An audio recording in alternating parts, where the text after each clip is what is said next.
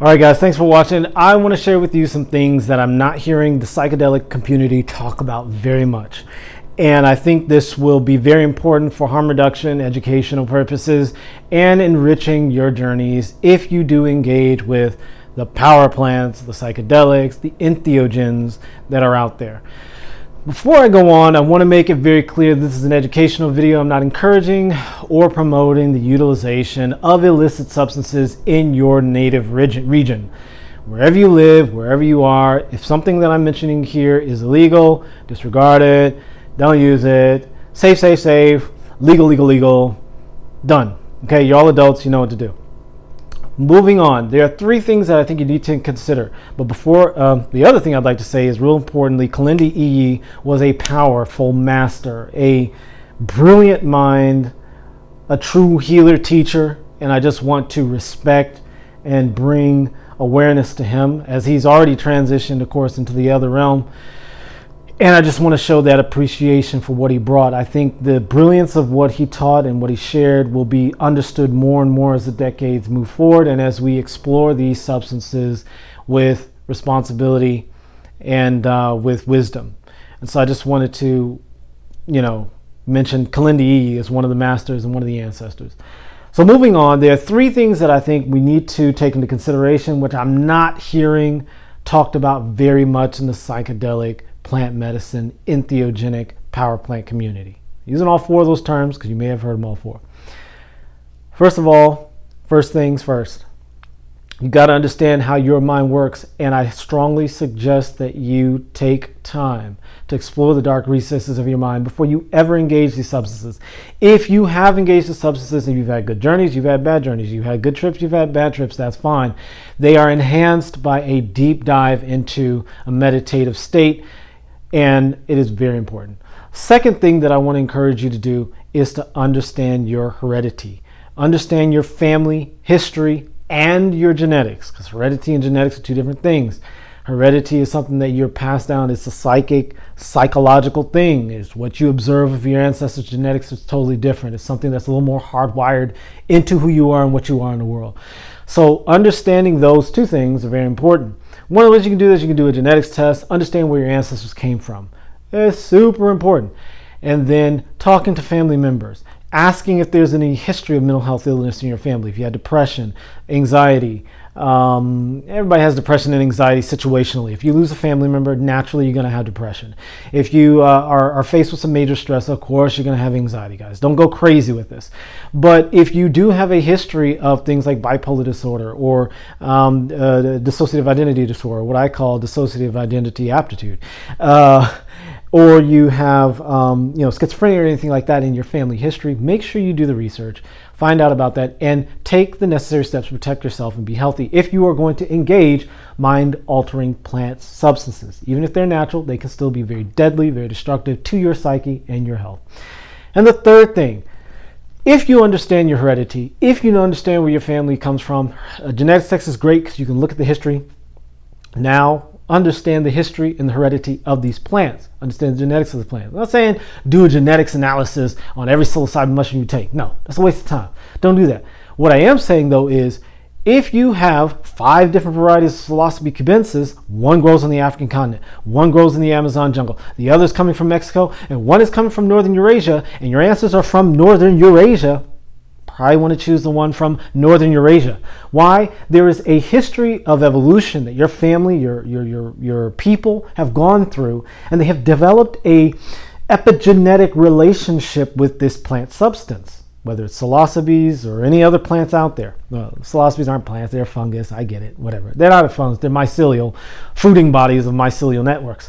But still, it's important to choose plants that are consistent with your body's history. Now, if you choose something from elsewhere, it's not going to be the end of the world. But I have found, in my experience, and from other people I've spoken to, there are different levels. And if you have a relationship genetically with a certain power plant, it is best to use that instead of one that you have a less close relationship with.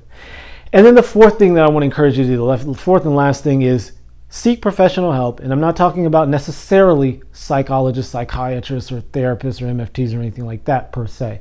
I did have a licensed professional with me on my big journey when I did a very higher dose with psilocybin a long time ago. But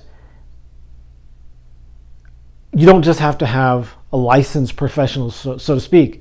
Sometimes consulting professionals or people who have lots of experience from First Nations who have used these substances, such as peyote or salvinorin A from the Salvia divinorum plant.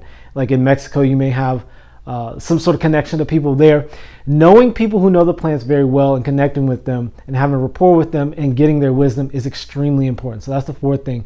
Making sure you're connecting with people and developing relationship and support of those who are professionals who know this stuff very well. I've been a part of the Native American community church for a long time, and so I was fortunate to be surrounded by people that had connections to that.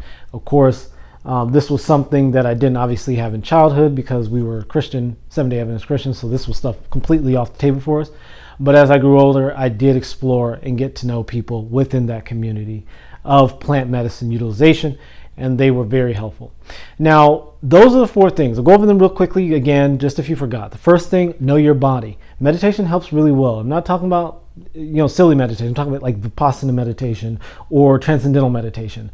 Those are very important to understand your own psyche. The licensed professional I sat with taught me how to use Vipassana meditation to bring myself back from really deep states, but also to understand my body and to be able to check in with my body.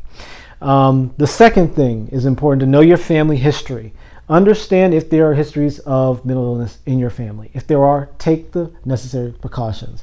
Third thing, understand the origin of these plants. If they come from Northern Europe or Eurasia, because Eurasia is kind of a blanket kind of area, Northern Eurasia, choose something from there. If they're from the tropics of Eurasia, like India or Vietnam, and your ancestors are from there, choose something from there, ideally. You can use anything and everything, but I have found in my own experience from people I've spoken with, lots of people I've spoken with, those substances that are closer to who you are much more powerful because there's a relationship, an epigenetic relationship. And then number 4, get professional help. When I say professional, perhaps that of a trained, licensed mental health professional who understands plant medicine utilization. We have a lot of them out here in California.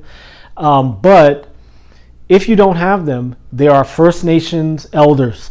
There are First Nations professionals that you can get in touch with that will help you along your journey, that do know this stuff very well because it's been passed down through their lineages, and they may know the analog that grows in their region, such as, for instance, if there's an amanita that grows in the Pacific Northwest and there's a First Nation that you can connect with there, it'll be analogous to the amanitas that grow in Northern Europe if you have people from there, or in Siberia if you have people, your ancestors from there. So those are the 4 things that are very important. And real quickly, now there are some plant medicine substances that are extremely powerful. We all probably know about dimethyltryptamine or 5-MeO-DMT or the dimethyltryptamine in psychedelic mushrooms, which is psilocybin, which is basically dimethyltryptamine with the phosphorus link on it. But there are other substances that are not tryptamines that are extremely powerful that can have profound impacts on your psyche. And I would strongly caution you to make sure that you're safe, make sure you're getting with people who understand these things so you get the very best out of it. You may come out just fine, but if you want to get the very best out of it and really take your spiritual journey to the highest level possible, I think preparation, safety, and education is essential. So thank you so much for watching. And like I said in the beginning of the video, this is educational purposes. It's not encouraging the use of power plants. And by the way, there are a lot of power plants and entheogens that are completely legal, but are completely deadly. Salvia divinorum is not deadly, but it's very powerful. Datura is deadly, and it can cause you to go into a state of psychosis that will last the rest of your life.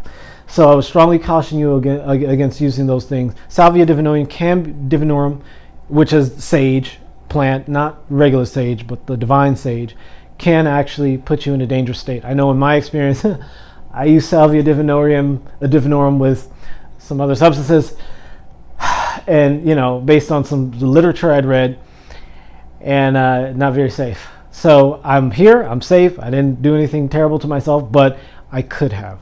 And so this was years and years and years ago. So I would strongly caution you to take these 4 steps. First of all, know your body. Vipassana meditation, transcendental meditation is a great way to get there. Know your body and your brain. Know your hereditary issues. If there are mental health issues in your family, take the correct precautions. And then 3, know the origin of your plants. Choose plants that are more epigenetically linked to you. Number 4, talk with a professional. Get help from a First Nations elder who's a master in this area. Native peoples are great to connect with if they are really on it, because sometimes Native people are like fucking up. But if you are part of a strong community, First Nations community that do have their shit together and they got it, and they can help you navigate these realms, extremely important. If you can't find that, the help of a trained licensed professional that does work with these substances, understands the science behind them, and has done work in the literature is a very good place to start. So, I'm encouraging you to, again, keep it legal, keep it safe, and you're adults, do what you got to do. Thank you so much for watching. Have a great day.